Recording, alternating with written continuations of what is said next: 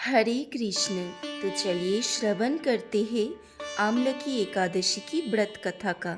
मांधाता बोले कि हे वशिष्ठ जी, यदि आप मुझ पर कृपा करें तो किसी ऐसे व्रत की कथा कहिए जिससे मेरा कल्याण हो। महर्षि वशिष्ठ बोले कि हे राजन, सब व्रतों से उत्तम और अंत में मोक्ष देने वाली आमलकी एकादशी की व्रत का मैं वर्णन करता हूँ। ये एकादशी फाल्गुन माह के शुक्ल पक्ष में होती है। इस व्रत के करने से समस्त पाप नष्ट हो जाते हैं। इस व्रत का फल 1000 गोदान के फल के बराबर होता है। अब मैं आपसे एक पौराणिक कथा कहता हूँ, आप ध्यान पूर्वक सुनिए। एक वैदिश नाम का नगर था जिसमें ब्राह्मण, क्षत्रिय, वैश्य और शूद्र चारों वर्णों आनंद सहित रहते थे। उस नगर में सदैव वेद ध्वनि गूंजा करती थी तथा पापी, दुराचारी तथा नास्तिक उस नगर में कहीं नहीं था। उस नगर में चौथरथ नाम का चंद्रवंशी राजा राज्य करता था। वह अत्यंत विद्वान तथा धर्मी था। उस नगर में कोई भी व्यक्ति दरिद्र व कंजूस नहीं था। सभी नगरवासी विष्णु भक्त थे और आबाल वृद्ध, स्त्री पुरुष एकादशी का व्रत किया करते थे। एक समय फाल्गुन मास के शुक्ल पक्ष की आमलकी एकादशी आई। उस दिन राजा, प्रजा तथा बाल वृद्ध सब हर्षपूर्वक व्रत किया। राजा अपनी प्रजा के साथ मंदिर में जाकर पूर्ण कुंभ स्थापित करके धूप, दीप, नैवेद्य, पंचरत्न आदि से धात्री अर्थात आंवले का पूजन करने लगे और इस प्रकार स्तुति करने लगे।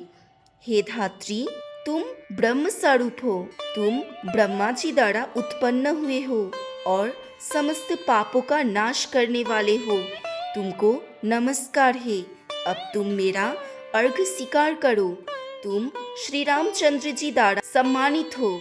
मैं आपकी प्रार्थना करता हूँ, अतः आप मेरे समस्त पापों का नाश करो। उस मंदिर में सबने रात्रि को जागरण किया। रात के समय वह एक बहलिया आया जो अत्यंत पापी और दुराचारी था। वो अपने कुटुंब का पालन जीव हत्या करके किया करता था। भूख और प्यास से अत्यंत व्याकुल वो बहलिया इस जागरण को देखने के लिए मंदिर के एक कोने में बैठ गया और विष्णु भगवान तथा एकादशी महत्व की कथा सुनने लगा। इस प्रकार अन्य मनुष्य की भांति उसने भी सारी रात जागकर बिता दी। प्रातःकाल होते ही सब लोग अपने घर चले गए तो बहलिया भी अपने घर चला गया। घर जाकर उसने भोजन किया। कुछ समय बीतने के पश्चात उस बहलिये की मृत्यु हो गई। मगर उस आमलकी एकादशी की व्रत तथा जागरण से उसने राजा विदुरथ के घर जन्म लिया और उसका नाम बासुरथ रखा गया। युवा होने पर वो चतुरंगिनी सेना सहित तथा धन धान्य से उक्त होकर 10,000 ग्रामों का पालन करने लगा।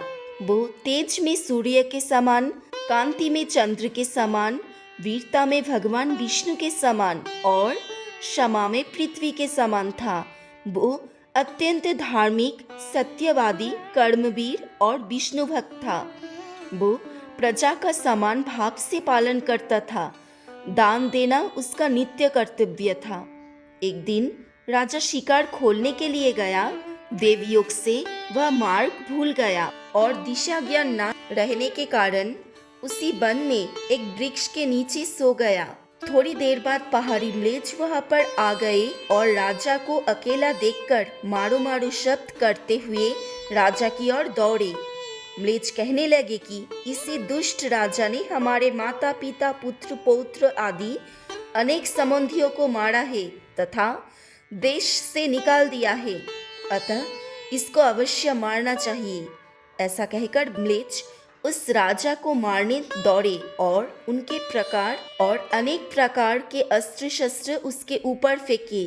वो सब अस्त्र शस्त्र राजा के शरीर पर गिरते ही नष्ट हो जाते और उनका बाण पुष्प के समान प्रतीत होता। अब उन म्लेच्छ के अस्त्र शस्त्र उल्टा उन्हीं पर प्रहार करने लगे, जिससे वो मूर्छित होकर गिरने लगे। उसी समय राजा के शरीर से एक दिव्य स्त्री उत्पन्न हुई। वो स्त्री अत्यंत सुंदर होते हुए भी उसकी मुकुटी टेढ़ी थी। उसकी आंखों से लाल लाल अग्नि निकल रही थी, जिससे वो दूसरे काल के समान प्रतीत होती थी। वो स्त्री म्लेच्छ के मारने दौड़ी और थोड़ी ही देर में उसने सब म्लेच्छों को काल के गाल में पहुंचा दिया। जब राजा सोकर उठा तो उसने म्लेच्छों को मरा हुआ देखकर कहा कि इन शत्रुओं को किसने मारा है? इस वन में मेरा कौन हितैषी रहता है?